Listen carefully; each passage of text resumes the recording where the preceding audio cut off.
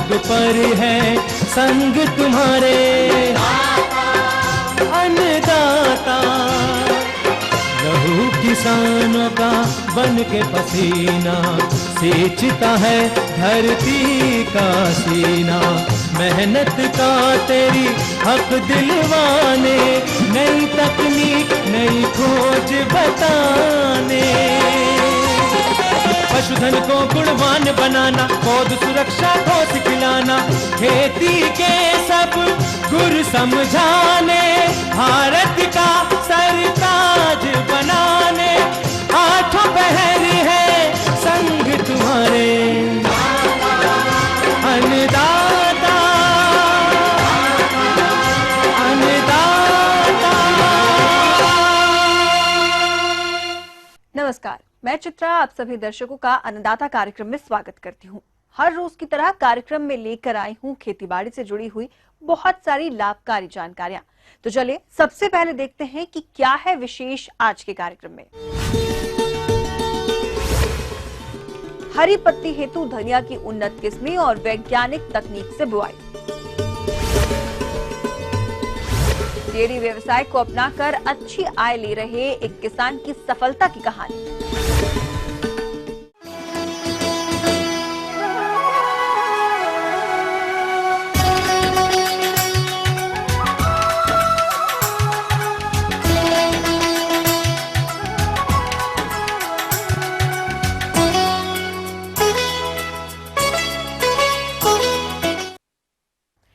हमारे प्रदेश के जो किसान भाई हरी पत्ती हेतु धनिया की खेती करना चाहते हैं, वो उससे अधिक पैदावार तभी ले सकते हैं जब वो हरी पत्ती हेतु धनिया की उन्नत प्रजातियों का चुनाव करके वैज्ञानिक तरीके से बुआई करें।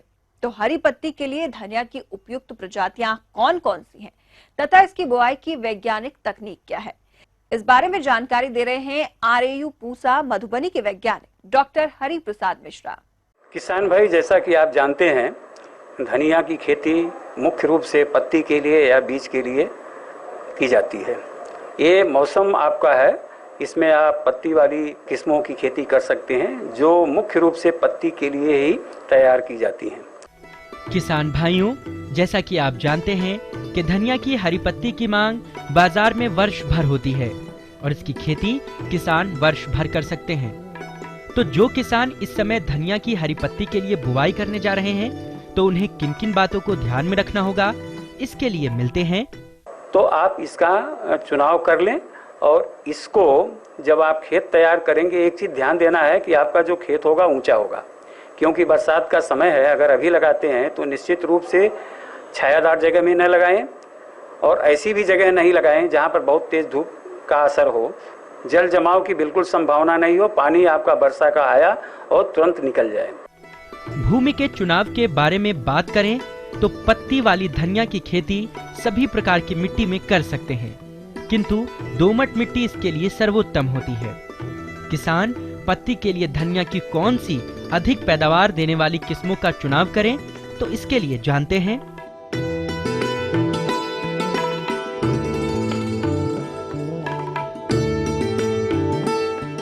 लगाना चाहते हैं धनिया की, तो पंत हरितिमा किस्म है जो ये रोग रोधी भी है और ये बहुत ही अच्छी इसकी पत्ती होती है, उपज भी अच्छी होती है। धनिया की पत्ती की अधिक पैदावार के लिए कितनी मात्रा में बीज लें, इस हेतु सुझाव के लिए मिलते हैं। 1 हेक्टेयर के लिए लगभग 18 से 20 किलोग्राम बीज की आवश्यकता होगी बुआई के लिए। धनिया की पत्ती हेतु खेती के लिए खेत की तैयारी की बात है, तो इसके लिए प्रथम जुताई मिट्टी पलट हल से करते हैं। इसके बाद 2 से 3 बार कल्टीवेटर से करते हैं। खेत को समतल करने के लिए पाटा अवश्य चलाएं, जिससे बुवाई के लिए मिट्टी भुरभुरी हो जाए। तो आप अच्छी तरह तैयार कर लें।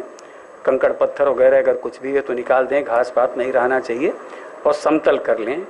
किसान भाइयों, धनिया की खेती में पत्तियों की अधिक पैदावार के लिए खाद एवं उर्वरकों का प्रबंधन करना आवश्यक होता है। तो इसके लिए बुवाई के 1 माह पूर्व कंपोस्ट खाद 20 से 25 टन प्रति हेक्टेयर की दर से खेत में डालें। आइए अब बात करते हैं उर्वरक प्रबंधन के बारे में। तो इसके लिए मिट्टी जांच के बाद उर्वरक का प्रयोग करना लाभप्रद रहता है। यदि मिट्टी परीक्षण नहीं हो पाया है तो इसके लिए एसएसपी 200 किलोग्राम, एमओपी 50 किलोग्राम तथा यूरिया 110 किलोग्राम प्रति हेक्टेयर की दर से आवश्यकता होती है, जिसमें यूरिया की अधिक मात्रा तथा फास्फोरस एवं पोटाश की पूरी मात्रा बुवाई के समय खेत में प्रयोग करें। शेष यूरिया को 20 दिन बाद खड़ी फसल में डालें। धनिया की फसल को कीट व रोगों से बचाने के लिए बीजोपचार करना आवश्यक होता है, परंतु इसके लिए किसान कौन सी दवा को लें तथा कैसे बीज को उपचारित करें, इसके लिए मिलते हैं। तो आप अच्छी किस्म को ले करके अगर संभव हो तो इस बीज को उपचारित कर लें। उपचारित किससे करेंगे? बाविस्टीन दवा मिलती है, जिसको आप जानते होंगे। 2 ग्राम बाविस्टीन को 1 किलोग्राम बीज में मिला करके इसको उपचारित कर लें और उपचारित करने के बाद ही इसकी बुआई करें। जानते हैं आप कि इसको थोड़ा सा साबुत नहीं बो करके इसको 2 दाना बना लेते हैं और 2 दाना बनाने के बाद भिगो करके फिर अगले दिन इसकी बुआई करना ज़्यादा अच्छा रहता है। दूसरी बात है, आप उसको छिटकवा नहीं करके आप लाइन में लगाएं। लाइन में इसकी बुआई करें। बीज की बुआई करने के लिए आप 1 फीट की दूरी पे लाइन बनाएं और 20 सेंटीमीटर कोशिश करें कि पौधों से पौधों की दूरी 10 से 20 सेंटीमीटर रहे। अगर आप बीज के लिए नहीं तैयार करते हैं तो लाइन की दूरी कम भी कर सकते हैं। अगर आप 30 सेंटीमीटर की जगह आप 15 से 20 सेंटीमीटर भी रख सकते हैं और पौधे की दूरी 10-10 सेंटीमीटर कर सकते हैं।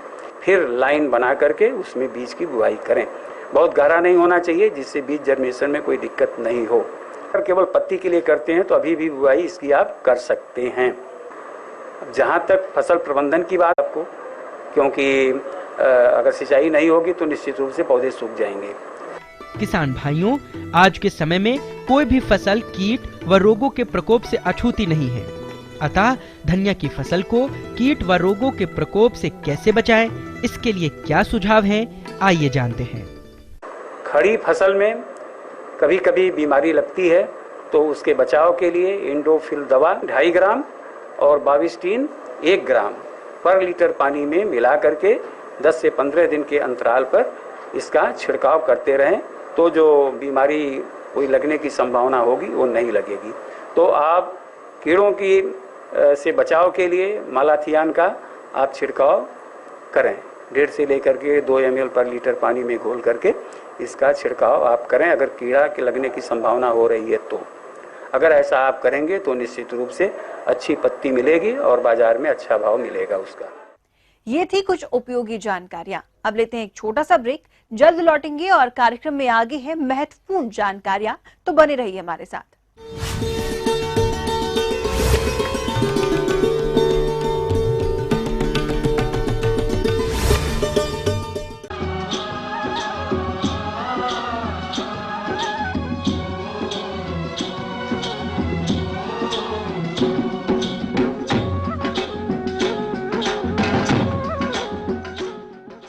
ब्रेक के बाद एक बार फिर आप सभी दर्शकों का स्वागत है। चलिए अब रुक करते हैं अगली कड़ी की ओर।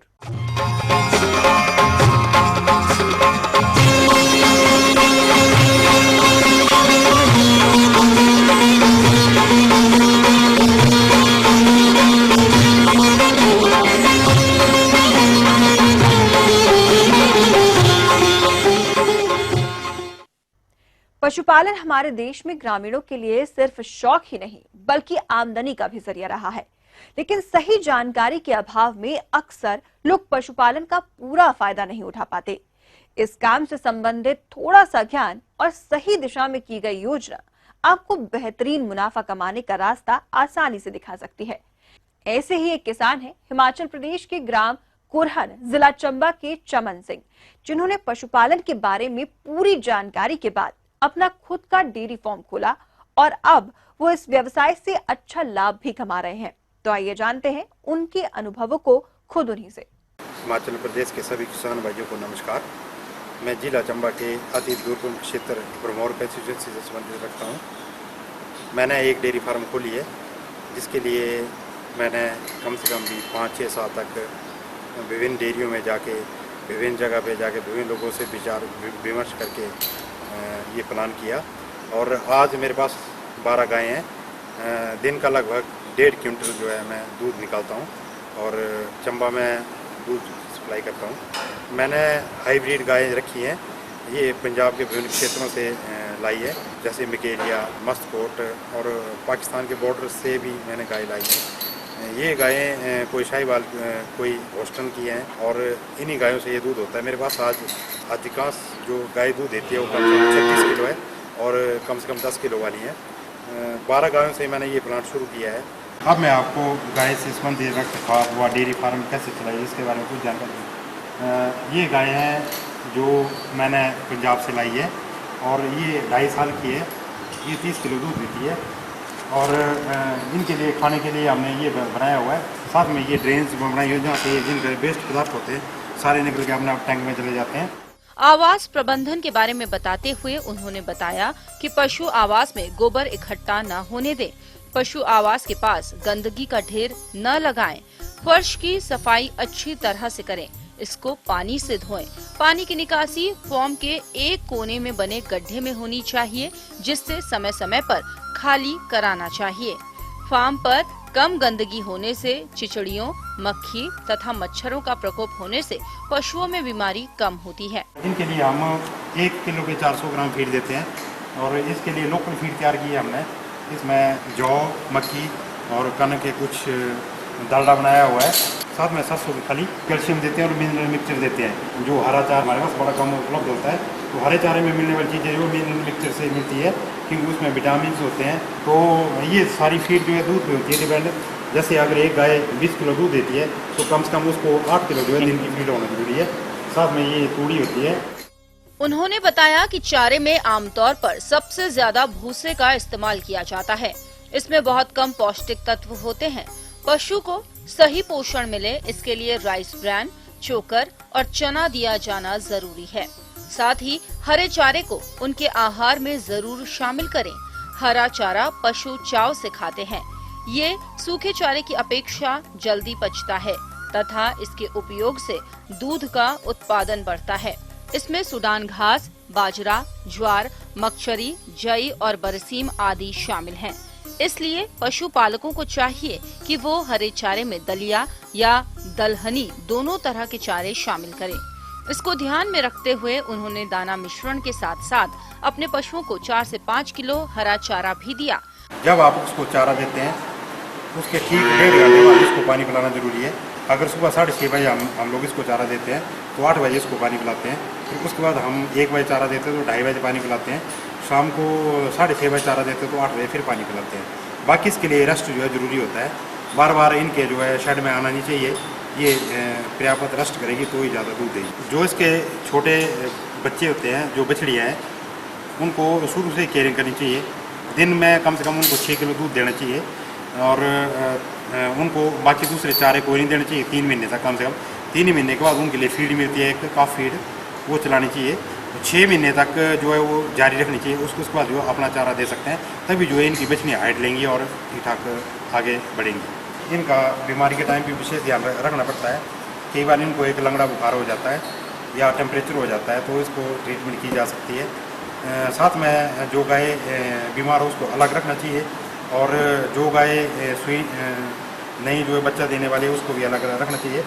बछड़े के लिए हमने अलग से स्थान बनाया हुआ है और गाय के लिए अलग से स्थान बनाया हुआ है। कोई ज़्यादा प्रॉब्लम हो तो डॉक्टर से भी सलाह लेनी चाहिए। गाय का दूध जो है वो साल में 10 महीने निकालना चाहिए ताकि गाय का पूरा दूध निकाला जाए। माना कि आपका 1 जनवरी को गाय जो है बच्चा देती है तो 3 मार्च को जो है उसको कम से कम टीका लग जाना चाहिए 3 महीने के बाद। मैं इस डेयरी से कम से कम भी 50,000 रुपये पर मंथ जो अर्न कर रहा हूँ। दूध के अलावा इसके और प्रोडक्ट भी हैं, जैसे ये वेस्ट पदार्थ है, इसका गोबर बिकता है, इसके केंचुए टैंक बनाए हमने और केंचुए खाद भी हम सप्लाई करते हैं। तो कुल मिला के ये हर जगह से फायदेमंद है। अब जानते हैं इनकी आय व्यय के बारे में। इनको डेयरी फार्म से प्रतिदिन 150 लीटर दूध का उत्पादन प्राप्त होता है, जिसका औसत बाजार मूल्य 30 रुपए प्रति लीटर के हिसाब से कुल आय प्रतिदिन के हिसाब से 4,500 रुपए प्राप्त होता है तथा फार्म पर इन पशुओं की देखभाल तथा आहार में 2,900 रुपए प्रतिदिन खर्च होता है, जिससे इनको 1,600 रुपए की प्रतिदिन शुद्ध आय प्राप्त होती है। मैं सभी युवाओं को सलाह दूंगा कि इधर उधर भागने से बेहतर है कि आप अपने घर में 2 पशुओं से शुरुआत करें, 4 से करें और उसको आस्ता आस्ता बढ़ाएं। क्योंकि कई बार क्या होता है कि जब हम बाहर से पशु लेके आते हैं तो खाना पीना छोड़ देते हैं तो एकदम 10 या 12 पशु लाएंगे तो प्रॉब्लम हो जाएगी। 1-2 पशु से शुरुआत करें, जैसे जैसे आपका सेटल होता है उसको बढ़ाता है। आगे और भी है कुछ रोचक जानकारियां, पर यहाँ पर रुकेंगे एक छोटे से ब्रेक के लिए। ब्रेक के बाद जल्द हाजिर होते हैं।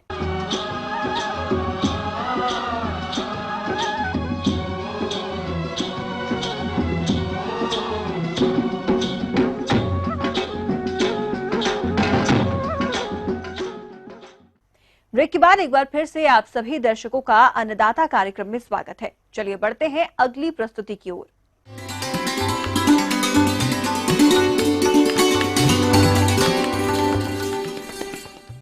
अन्नदाता हेल्पलाइन निशुल्क फोन संपर्क सेवा के माध्यम से आपके द्वारा पूछे गए कृषि से जुड़े हुए प्रश्नों में से 1 या 2 महत्वपूर्ण प्रश्नों को हम अपने कार्यक्रम में शामिल करते हैं। इसी के तहत आज का चयनित प्रश्न और उसका जवाब इस प्रकार है। निःशुल्क अन्नदाता हेल्पलाइन में आज हमने जिस प्रश्न को शामिल किया है उसे पूछा है भागलपुर के पवन कुमार ने। आपने भिंडी की फसल में पीत सिरा मोज़ेक रोग से बचाव और इसके निदान पर जानकारी चाहिए, तो इसके लिए देखिए कार्यक्रम का यह अंश। भाई, अभी बरसात के मौसम में भिंडी का बहुत सारे किसान हैं जो भिंडी का खेती किए हुए हैं। इसमें आप नाम से ही आप किसान भाई समझ रहे हैं कि यह पत्ती पर जो हरा और पीला या उसका जो टेंड्रिल होता है या अंदर में जो उसका वेन होते हैं लीफ के ऊपर, ये सब या तो लेदरी हो जाता है या मोटा हो जाता है या ठीक हो जाता है। तत्पश्चात एक मेटासिस्टॉक्स नामक एक कीटनाशी दवा मिलता है, उसका 1 ml प्रति लीटर पानी में घोल बनाकर फसल के ऊपर स्प्रे करना चाहिए। और फसल जो आपका खेत है उसके अगल बगल भी यदि झाड़ू नुमा या झाड़ फूस यदि है तो उस पर भी आपको ये कीटनाशी दवा का स्प्रे करना चाहिए। किसान भाइयों, चूँकि इस रोग का मुख्य वाहक कीट सफेद मक्खी है, अतः इसका नियंत्रण करने से रोग की रोकथाम काफी हद तक की जा सकती है। इसके खेत में जगह जगह पीले चिपचिपे प्रपंच लगाने चाहिए, जिससे सफेद मक्खी आकर चिपक जाती है और नष्ट हो जाती है।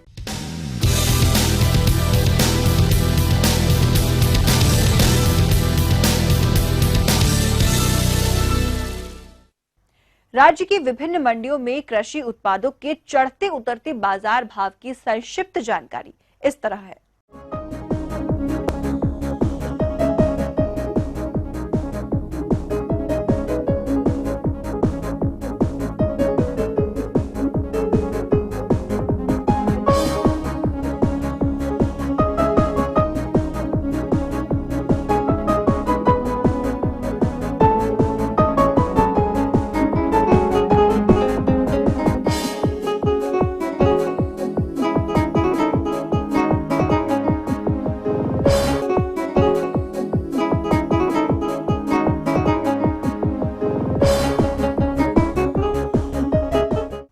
अब आइए देखते हैं कल दिखाए जाने वाले कार्यक्रम की मुख्य झलकियां। फूल उत्पादक गांव बीड़ सुजरा की सफलता की कहानी। बरसात के मौसम में दुधारू पशुओं में होने वाली बीमारियों से बचाव एवं रोकथाम। हम ये उम्मीद करते हैं कि आज का कार्यक्रम आप सभी दर्शकों के लिए उपयोगी रहा होगा। किसान भाइयों, अन्नदाता आपकी सेवा के लिए संकल्परत है। कृषि संबंधित समस्या एवं सुझावों के लिए आप हमें इस पते पर संपर्क कर सकते हैं। प्रोड्यूसर अन्नदाता ETV Bihar Jharkhand, Ramoji film city Hyderabad 501512। साथ ही आप हमें ईमेल भी कर सकते हैं। हमारा ईमेल है annadatabihar@etv.co.in। इसके अतिरिक्त आप हमें निशुल्क हेल्पलाइन नंबर 180041921555 पर सोमवार से शनिवार सुबह 10 से शाम 4 बजे के बीच संपर्क कर सकते हैं। फिलहाल अन्नदाता की पूरी टीम को दीजिए इजाजत। कल फिर आपसे इसी समय मुलाकात होगी कृषि संबंधित कुछ और महत्वपूर्ण जानकारियों के साथ। नमस्कार।